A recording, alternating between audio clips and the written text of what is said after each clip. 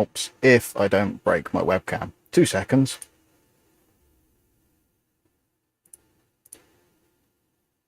There we go.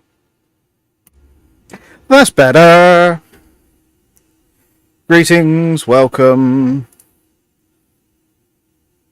I managed to successfully break my webcam by unplugging it yesterday while I was on TikTok. But there we go. Hopefully we should now have a picture and you should be able to hear me and all the other stuff that goes with it. Welcome, good evening. It's warm up here.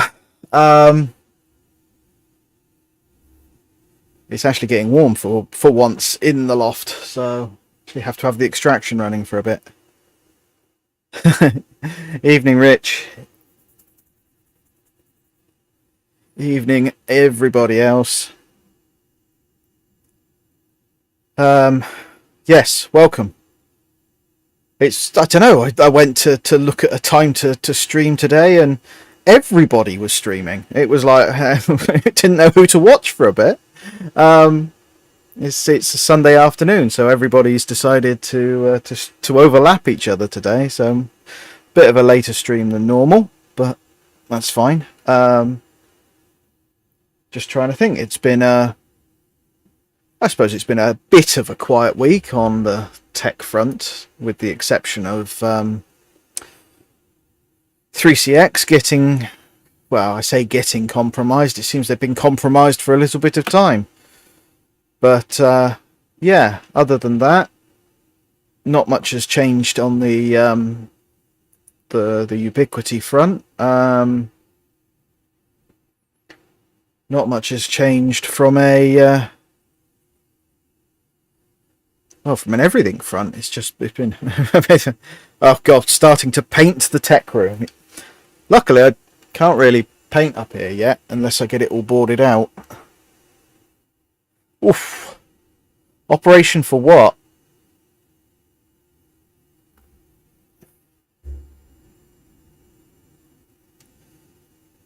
I'm just trying to think what's new. I was gifted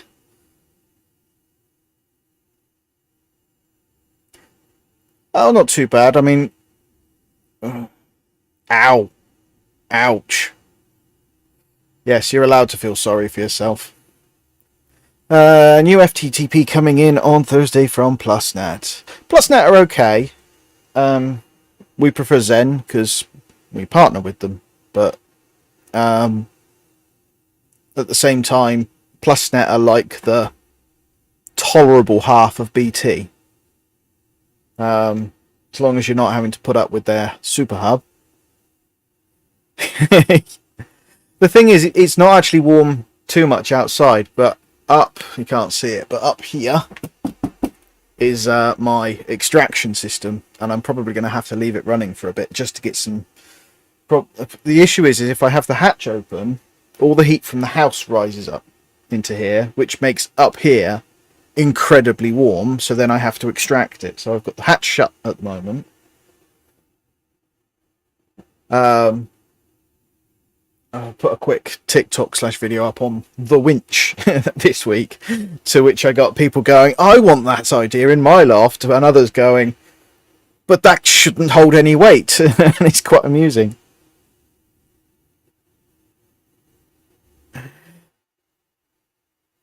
It's quite nice. My sister lives up further north than you, than Glasgow, but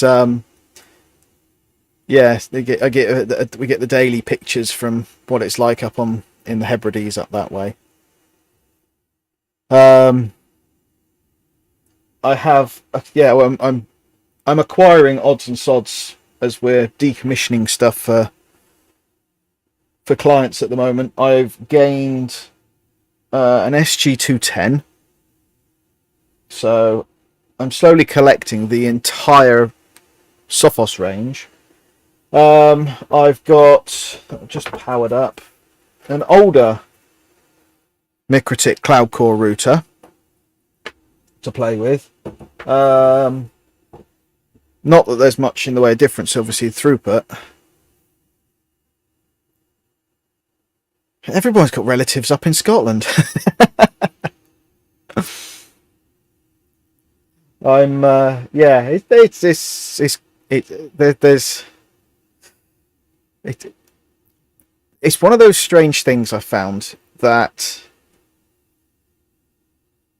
the whole 7 degrees of separation in the UK is really really sort of like, oh yeah, oh I know something, and that happens a lot.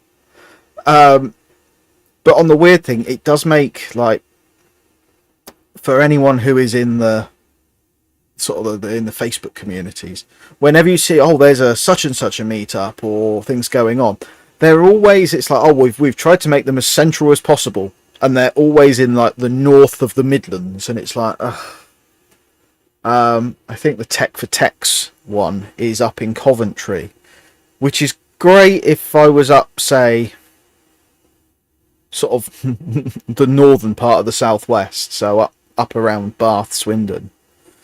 But like for me, that's a pain in the ass because it's a 4 or 5 hour trip up. So it takes out for me to, if I want to attend any of those events, I've either got to be base myself out of out of sort of Wiltshire, Somerset area, and go up from there, and it still takes like, yeah, it still takes like 2 days out of my time, which is a bit of a pain. It's even London. It takes I normally have to tie it in with work so I can hop up to London. It yeah, I mean, if like, a lot of the expos they're either London or they're Manchester. Yeah, but the problem with the Zoom, right? There's a problem with Zoom and Teams is you can't get the free things. So you can't go and attend the expos to get the free the socks, the t-shirts, the pens, the USB sticks, all the fun stuff. Yeah, this is it. It's all further on up. I'd love to go and attend it, and as things develop and as my business grows, hopefully it will make, or it will give me enough time that I can actually step back a bit and do some of the things like that to go and give a real world aspect view on some things. But I mean, it's one of those things. We we like going up to things like Cloud Expo and IP Expo, to go and chat to sort of some of the companies we work with, but also again go to deal with see what's new and what the current buzzword is. I think current buzzword for this year is zero trust. That is the IT buzzword, I think, of 2023. It will be zero trust and AI, which I find a bit odd because AI was one of the buzzwords a couple of years back, at the same time as machine learning, when next gen antivirus came along. That was the big buzzword. Yeah, I mean, I'd love to be able to fly over. I mean, the thing is, if you're going over to, say, Vegas, it's not actually that expensive to do. I've done work out there. I've worked for a couple of conferences out there, and actually, by the time you've flown out, found somewhere to stay, and flown back, yeah, I mean, you're looking at probably spending £1,000, which, yes, it's not the cheapest, but it's not as expensive as you would think. That's the thing, and it's an experience. You go for, if you can find the bigger shows. I mean, I'd love to go to things like is it VMware? There's VMworld, that sort of thing, to go and see some of the big expos.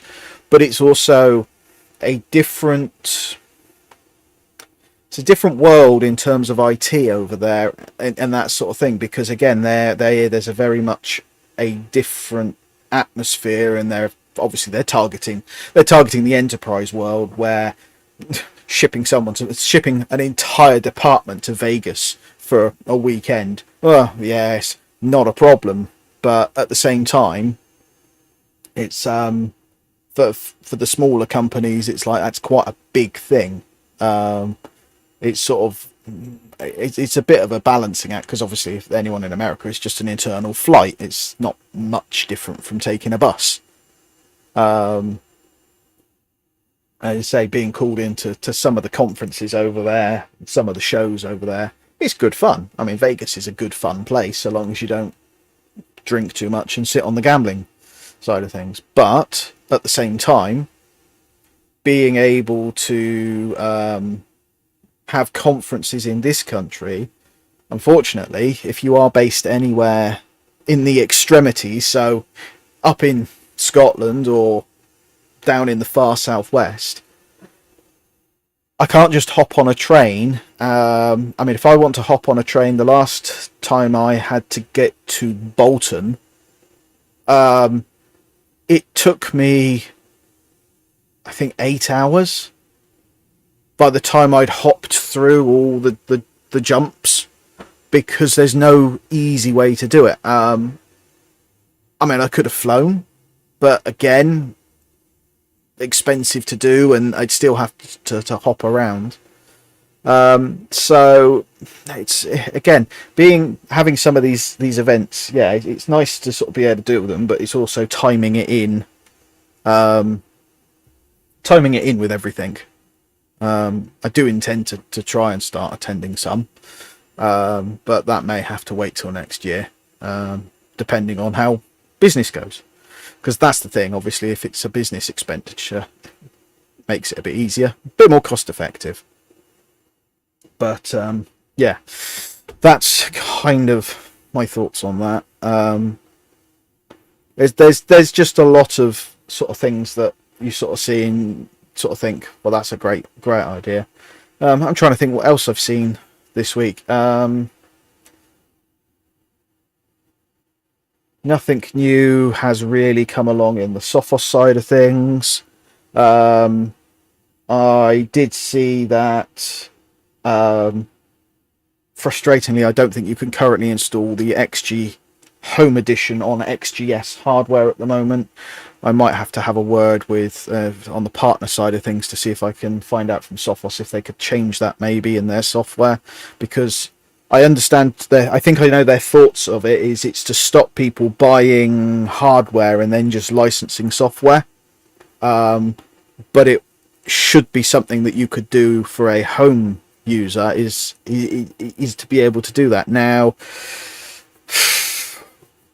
whether that will be something that they will be open to, possibly, might be worth. I say I'll have a word with our account manager and see if someone from technical can explain why that lock is in place. Because I don't think it should be. The fact that I can install it was fine on all of the previous Intel kit with no issues. Now they've switched, the hardware platform has gone over to AMD, and they've also got the additional ASIC that's in there for doing TLS encryption, offloading. So we'll see what happens. Again, it's a shame really, because actually I think in the next year or so, the home lab, the traction that Sophos is getting in the home lab side with more of us pushing it, does seem to help. And if they're going to put hindrances, it will stop a bit of the adoption, because whilst having the appliances is good, you're having the limitation you've got is if it only works on the XG appliances, not the XGS appliances, that's going to be a bit frustrating. Just trying to think. Hopefully none of you have been too badly impacted by obviously the 3CX compromise. That was an interesting sort of jump from that. And they say, as soon as I spotted something on that, I was keeping an eye on it. We do have a 3CX server, but it doesn't get much use. And it's kind of, for us, it's an indication that actually their attitude has kind of been a bit blasé on this. So we're probably going to be ditching our 3CX server and going with another solution entirely. I think I think the attitude that they've sort of had was a bit vague, and they've tried to blame, I think, FFmpeg or FFmpeg, and they're not taking it as seriously as it should be. Although they've been pumping out adverts to a bit of damage limitation, but I think they're going to lose quite a bit of custom over this, unfortunately for them. But if they jumped on this earlier, they would have managed to probably have saved a bit of face. I'm just trying to think what else has popped out in this week. As much as these are kind of just a bit of a excuse for me to have a chat with you guys. We've had the G5 Flex from Ubiquiti come out out of EEA into GA. We've got a couple of them out there. If you are looking at the G3 Flex range, just jump straight to the G5s. There's no point now. They're just a better camera all round, and they fit in all the same mounts. So if you're looking at that, go that way. What else did we have? We had the USB power adapter. I think that came out last week. Obviously the Dreamwall came out last week. The AI Theta came out last week. It's not really they've been a bit quiet on that.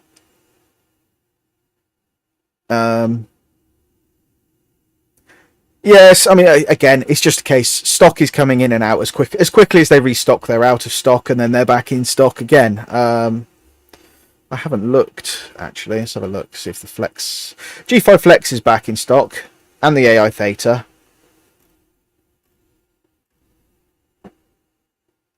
So if you are after one, I mean, yes, they're a bit more expensive than the G3 Flex, but the camera quality, we had them set up effectively side by side. Let's see if I can find the...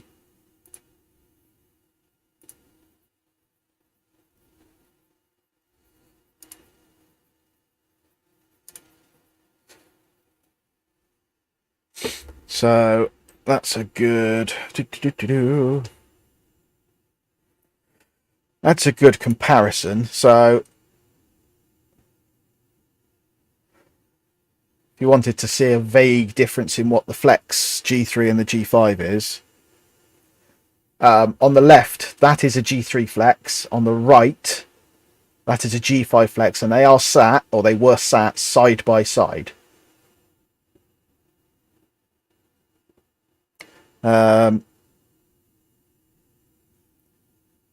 Obviously the big difference is, if you look, I mean, the sky's got a lot more definition in it, a lot wider field of view, but the lens distortion correction is not part of the G5 Flex at the moment. I don't know if there is a change to that. But yeah, I mean, you can just see the definition and the quality is significantly better. And again, we've had some issues with some G3 Flexes with the microphones failing. They either just turn into static or they just go dead. Camera is absolutely fine, but we've had quite a few RMAs on the old G3 Flexes over the years, just with dead microphones. I mean, we've got some that are still sat in situ. They don't need the microphone, so we're not going to bother swapping them out. But at the same time, I'm waiting. We've got one. Well, we had a G5 Flex actually out on site being tested, and we've just pulled it back in. So I'm waiting to get one down here, because then I'll have a more up to date one. This was just us when they first came out testing, just to do a side by side comparison. But we were quite surprised at the difference in quality, and that's not to say that the G3 Flexes were bad. For their price point, they were brilliant because they were a Protect camera. But with the G5, obviously, it's got the Smart Detect and everything, so it just works a bit better. Now, overall, I think what we'll see is the G3 range will disappear and be superseded by the G5. Then I think what Ubiquiti will be doing, probably tail end of this year, is I think we'll start to see a higher quality image or higher quality camera come in to replace the G4s. Yeah, I mean, I've got on my house here, I've got two G3 Flexes and a G4 Bullet, and again, I use that to demonstrate. And I've got when it goes back on the door, I've got my G4 doorbell or G4 doorbell Pro. In all honesty, the system and the app, they sell themselves. This is the thing. It doesn't have to be the be all and end all quality, but the whole system we find just sells itself. It's so easy. So yeah, the actual sort of system does well. I haven't got a G3 Flex Live that I can actually go and look at the moment, which is a shame because I would like to have one to demonstrate. But that is it. It's just quite a nice, easy to use sort of comparison that we did. Because again, I was hoping that Ubiquiti would come out and ask or an answer if it was coming to it. It still isn't there, so I'm assuming it probably might not even be an option. But yes, I need to do the Pro versus the non-Pro doorbell video, I think, just as a side-by-side comparison, because again, there's a lot of people holding out for this that really don't need to. There's nothing that this gives them over the normal G4. Yeah, I mean, we find this is one of the things. The quality that the Unify line has. Get rid of that at the moment. Dealing with stuff. Yeah, the quality that Unify product line has is good. It's not the best compared to other products, but that's not what they're aiming for. They're aiming for a good all-round approach, and this is what, again, you see a lot of the people with the comparisons to, oh, this has a better quality camera or that has a better quality camera in that situation, and it's like, well, that's fine, but it's like the video doorbells. Most people want a video doorbell to see when a delivery's happened. Well, that's generally it, and occasionally to see when someone's at the door. And that's what we find. That's the main reason we install them. But the nice thing, obviously, with the Ubiquiti range is it's an additional camera. But yeah, the actual changes in the cameras. I mean, everything now, I think, bar the G5 Pro and the AI DSLR. I think all the cameras are out of early access. Obviously, yeah, no. I think we've even got stock of the NVR Pro. Obviously, the AI Theta is now out. I mean, the G5 Bullet is a good alternative to the G4 Bullet. At some point, I'll get mine side by side. Again, G5 Dome. The weird thing is the G5 Dome and the G4 Dome, they are exactly the same price, but in theory the G5 Dome is a better quality product. So I'm assuming that they are cycling the G4 Dome down until they run out of stock or they stop selling them, basically. Because I don't think there's anything that it does. I think it's the same ratings pretty much. It's not unlike the Bullet, where there is a noted difference in actually the product.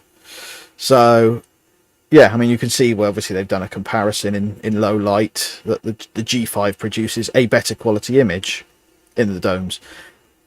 Interesting, they haven't done this with the G4 and the G5 Bullet, because I think they know that the G4 has a better daytime quality image, and in my opinion it does. It actually has a better look to the image versus the G5.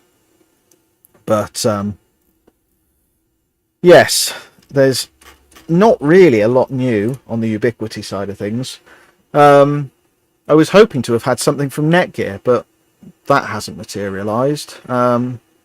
All the Aruba stuff I have is packed up and ready to go. It's been a bit quiet, which for a change, which is nice. This coming week, I'm actually on site a fair bit. We're doing some Ubiquiti Access installs and some camera installs, so I will try and get some footage of that going in. Probably be more on, there'll be shorts and on TikTok than full length videos. And yeah, the idea is, I mean, I've got I've got an R710 down here now, so I can actually finally do the power comparison of a 11th gen versus a 12th gen and things like that. So just to demonstrate that sort of things. I mean, I like Netgear as a product because as much as people moan and whinge about them, if you want something simple and reliable, and I will use reliable, the Netgear products are that. I do disagree. Their last switches that I installed, I did not like the fact that you have to effectively register them before you can use the local console. That I think should change. You should be able to use the local console without registering them, but that was only a little small switch. Again, I threw a thing up, I think on TikTok, of the stackable Netgears. They are the GS7 TPSBs. As far as I'm aware, these are still a current product. Don't think these have been superseded yet. Let's just have a quick look. Because if you want a simple, stackable, locally managed switch, let's just have a look. Web GUI, form factor, rack mount. So that's 10 gig. GS7. So they're all the main ones. Don't think it's got stack. They might have retired them by now. Let's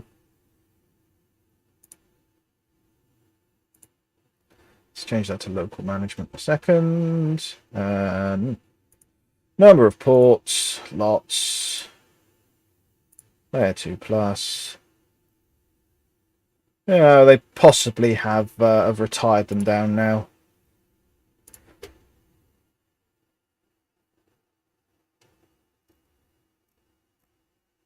They've probably gone end of life finally, but again, just as a basic 48 port locally managed switch, these work. These behave themselves. I mean, that's the thing. Let's see if I've got a. For switches, one size does not fit all. No, indeed, it's true. Smart switches, smart multi-gig. There, I'm waiting actually because a friend of mine is getting some of their AV switches, and when he gets one in, I'm going to see if I can borrow it for a bit. Because he uses a lot of NDI stuff, and they are getting well reviewed for that aspect. And I've used the bigger Netgears. I mean, some of the bigger Netgears are just as easy, to manage. That's one of the big beauties of Netgears. They're pretty easy to get used to, and they're pretty easy to deal with.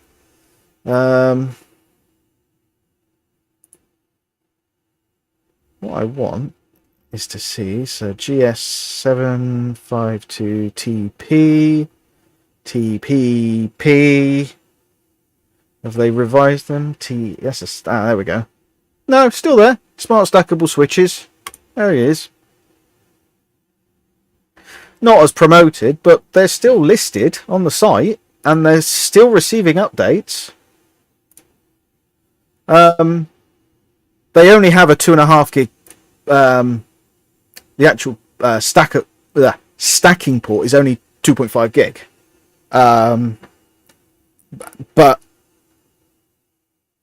again, they do a great job if you just need a simple stack. It's a shame there is if Netgear had come along and made a locally hostable central management for a lot of their switches, they would have made an absolute killing on that. I never really used the Netgear routers past sort of home use.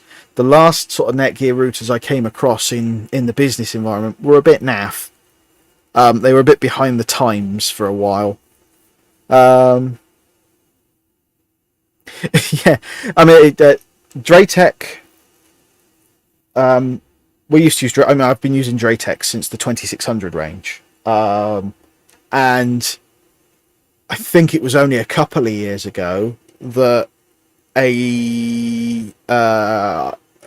one of the sites, the IT manager there actually found still in service, hidden out the way on a phone line that he didn't even know existed, was a 2800, not even a 2820, a 2800 series Dratec. Now, the fact is, the only thing we've really ever had die with Dratex is the power supplies for them. You change the power supply in them and they keep on working.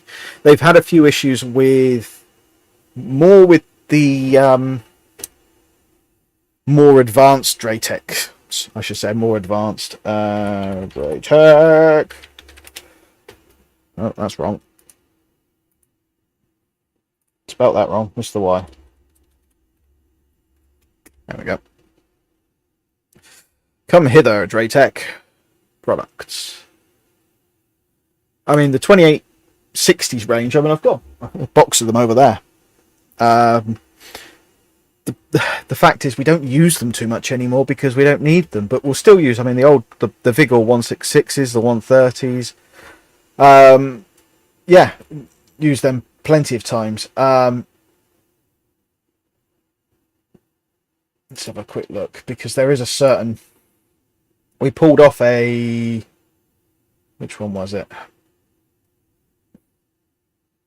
The 3910 and the... So we pulled a 3900 off-site not that long ago.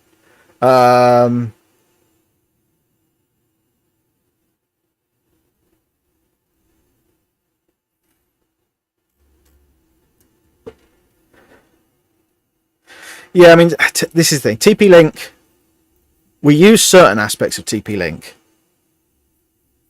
I mean, I've got, on parts shelf, I've got the TP-Link PoE splitters because they work. They do the job we need them to do. If you've got a USG on a site, so a USG 3, you PoE power them, quite literally, by putting a PoE splitter on it, so you can actually then reboot the USG should you need to. If it locks up or stops reporting in, you can just give the unit a poke by rebooting the port on the switch. And again, the same with you can do the same to a certain degree with, obviously, with the Dratex. I mean, I've got one site where I've got to go and specifically put a 130 in because the one, which one was it? I think it was the 166 or the 167. One of them didn't work with ADSL. It only worked with ADSL 2, and the site was still ADSL. So that's something that I've got to deal with. The other thing that Dratec do suffer with is their throughput is, unfortunately, nowadays is just too low. They've got the same problem that we've got with the USG range. Now, hopefully this year, the way I've seen Ubiquiti heading, especially with obviously the announcement on the CloudKey Enterprise, I would not be surprised if they finally listen and produce a smaller UXG. So maybe a UXG normal that's like got gigabit ports on it and can route at gigabit, not 10 gig, because most places don't need 10 gig. So yeah, it's always been a weak point ever since the the 2830 range. I mean, I think I've got rid of all my 2830s, but I've got some 2860s, and possibly a 2862, which Yes, at 500 meg. So you got NAT, or you got obviously again the throughput with hardware acceleration, but you can't rely on this. That's the problem. That just basically bypasses the firewall. So they've always been unfortunately let down by their hardware performance, but that's a balancing thing with power. So always will be a bit of an issue.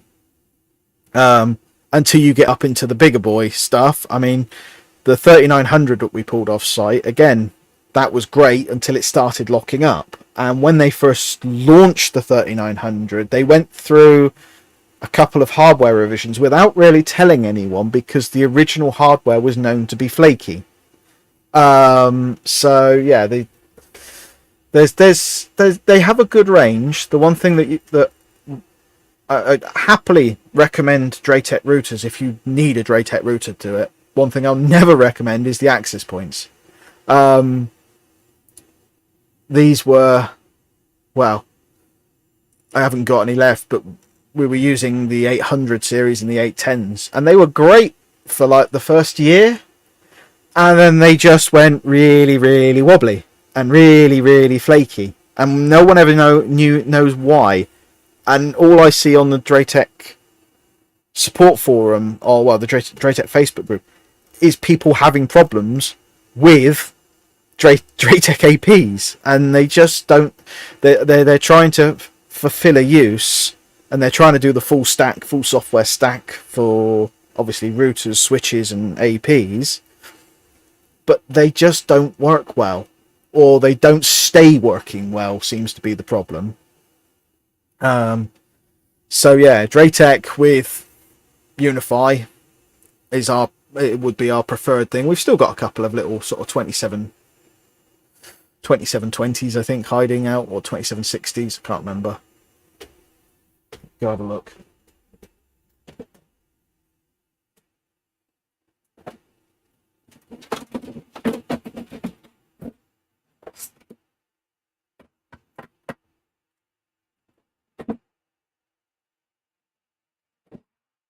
do 2860.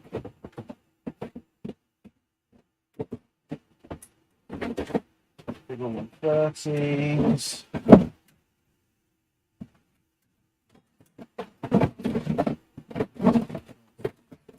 No, I've only got.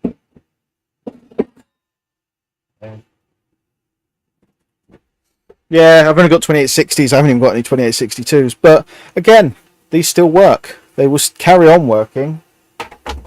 And there's a 2760, which for some places, I mean, what they're very good for, we find, is it's literally if you want to do some line testing, because we know the modems in them are rock solid.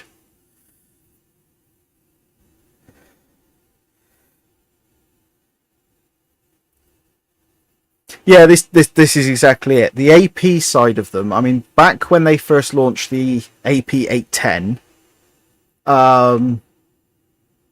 it was great because it made it very, very easy at the time. And bear in mind, this was 10 years ago. It was a cheap, effective AP that you could run 2 wireless networks on, and you didn't have to worry about too much in the way of VLANing, because you didn't have to. So before managed switches were quite common at small businesses, the idea was that you could actually split off you could have a wireless network for the business and a guest network running to just a separate router from the APs. And it worked really well. It was a really easy way to do it without having to go in and change all the switching infrastructure for managed switches that supported VLANs. But that was the 800, and then the 810 came along, which was the same but seemed to be a bit wobbly, and they never really got any better. The other thing was they have ACS. Again, ACS, their central management system, was a great idea, but they made it so awkward to get hold of, and it was like, oh, it's free for 30 days. Well, you shouldn't need to be paying for a system to manage these routers. That it should be, this is free with the routers. Welcome, Ollie.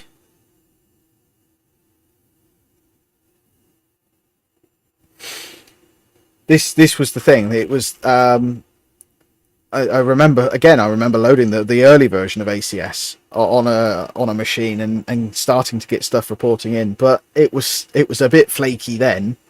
And I did query this with Draytech whenever I come across them, because they're always good to thing, and they're always good to talk to and find at the shows.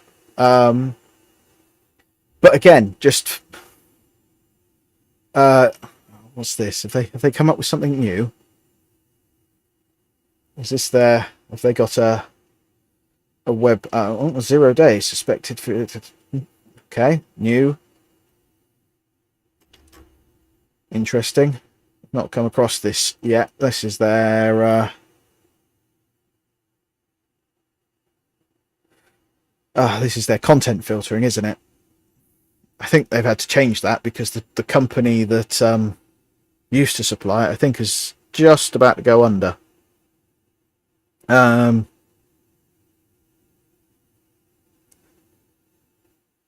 yes, they're a good company. They just need to play catch up a bit, I think, in the grand scheme of things. If they can pull themselves back a bit and start to produce, I suppose the problem, they need to stop producing so many. They're almost doing a Hikvision, effectively, of let's produce a router for every occasion. Oh, that's a bit of a retro look.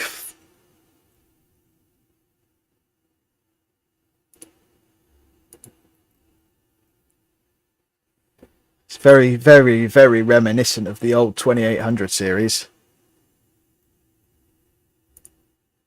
Yeah, this is the thing. They've got a product for like every use case, rather than a couple of good solid products. It's yeah. So we got it was. I mean, I can remember when the 28.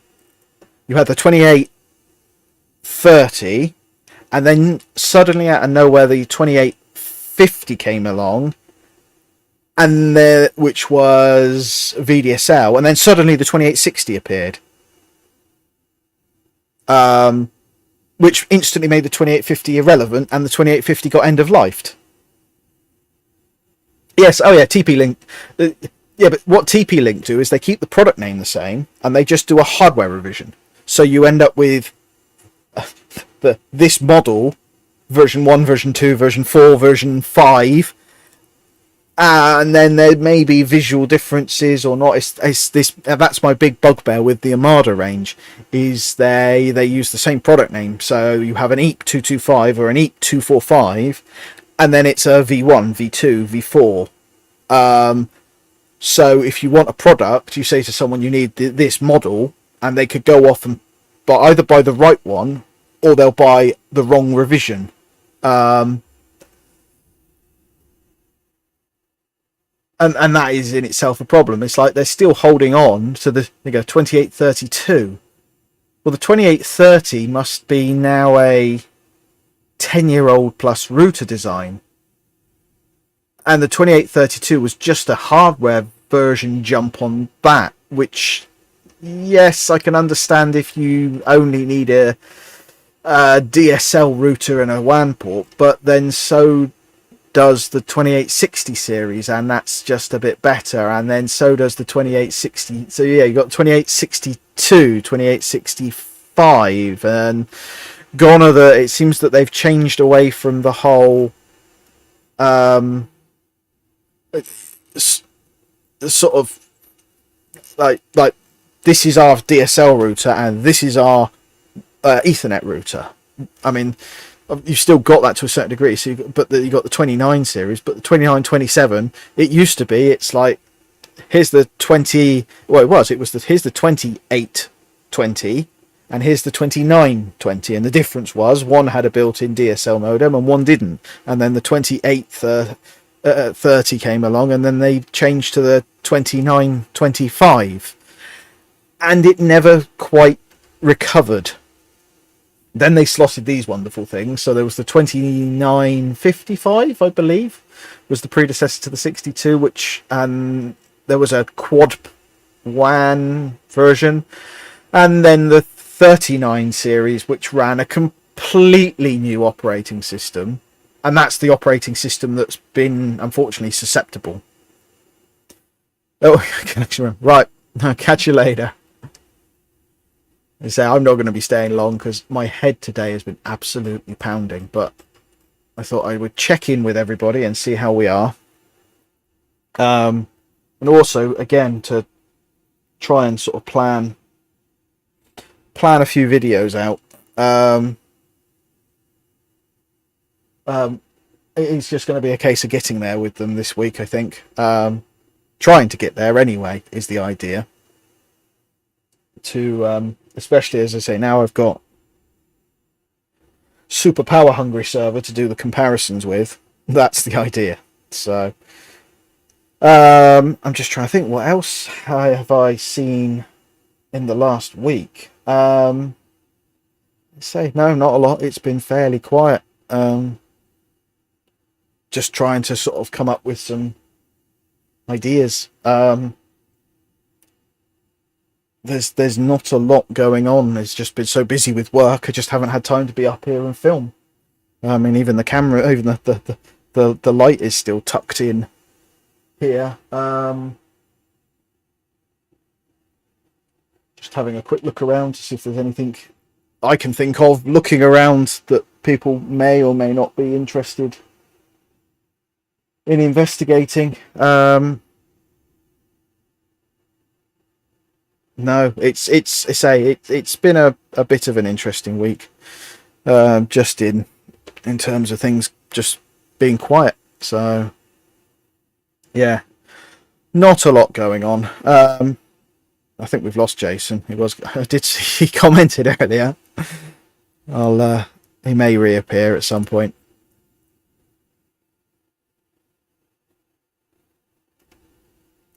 Let's just switch back over. Nothing else going on there. No real notable April Fools as well. If anyone is a Warhammer 40k player, the Games Workshop did an amusing one. But it's been quite tame on that. I think CERN did something silly about having 25-hour days. But other than that, not a lot else has happened. There's been no massive updates. There's been no changes to anything. It's weird. It's just another one of those nice quiet IT weeks, I suppose. Couple of security issues and not a lot else. Can't even say there's any sort of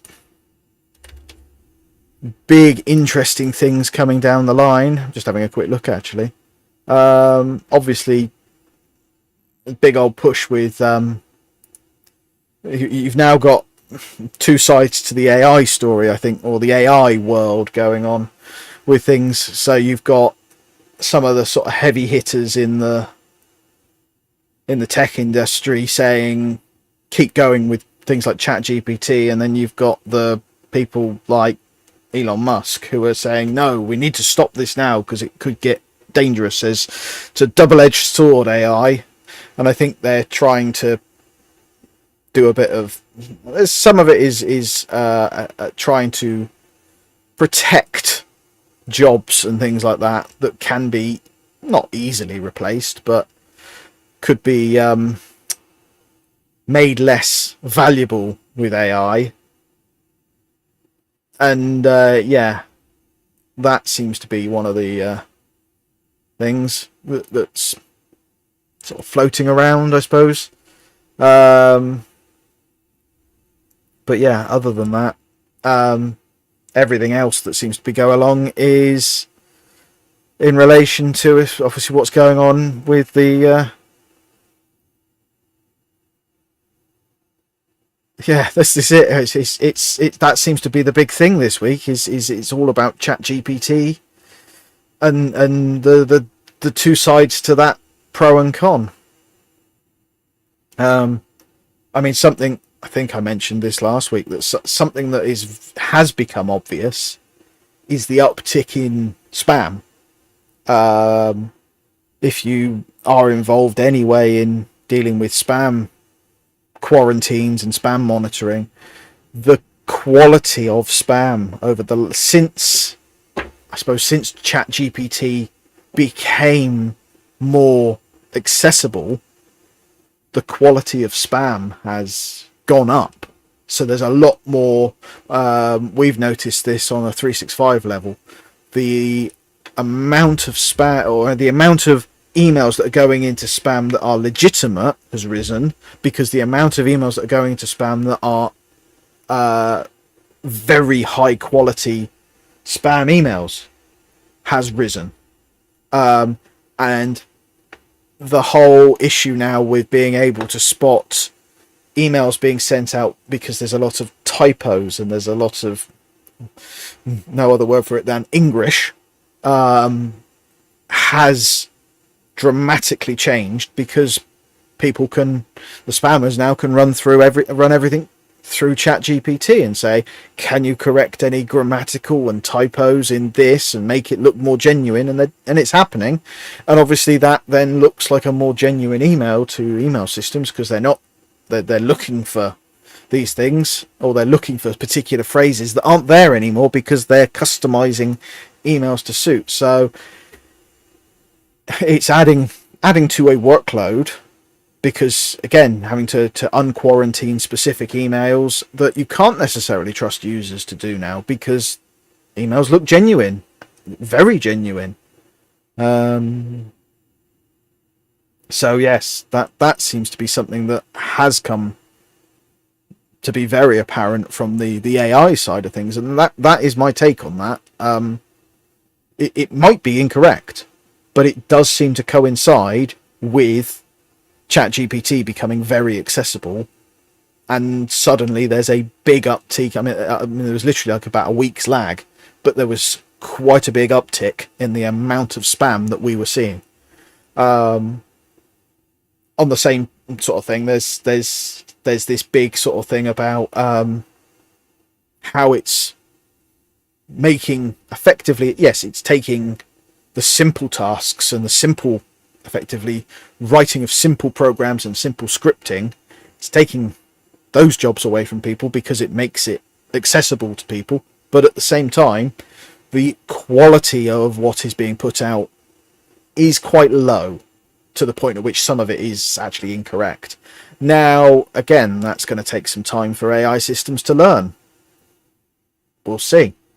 We'll see how well things come along with that. And obviously there's a big push to integrate it. Obviously Microsoft have integrated it into Bing. Google are integrating it into their system. Weirdly, I mean, AI was a big thing for security. I think, thinking about it, it was pre-COVID. They were pushing AI as the big new thing. But obviously with the time since then, the systems have evolved to such a degree that they make it a bit more viable.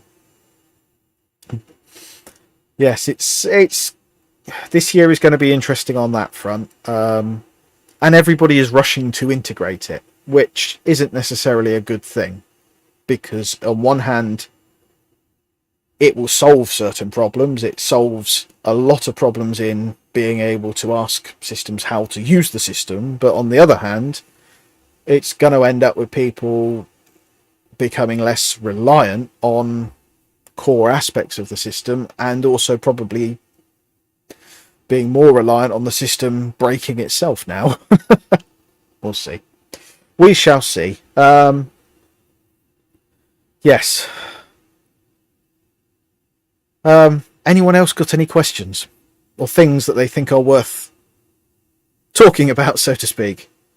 I think that is the easiest one on that one. I'm just trying to have a scout around me just to see what I'm thinking is new. Nothing there, nothing going on there. At some point I will do a quick run through. One of my video lists is to just do the high availability side of things with the Sophoses. That is on my list of things to do. But other than that, it will be hopefully back to sort of some degree of normality. I think that is all I can think of anyway. So I think we'll probably wind it up about there. Trying to do a TikTok live on the Saturday, YouTube on the Sunday now, just to try and keep things a bit varied between the two. And I will try and start to get some more of the home lab videos done, and go through, I said, try and do a bit more on the Sophos side of things to present stuff. But until that happens, thank you for joining me. I will catch up with you all soon.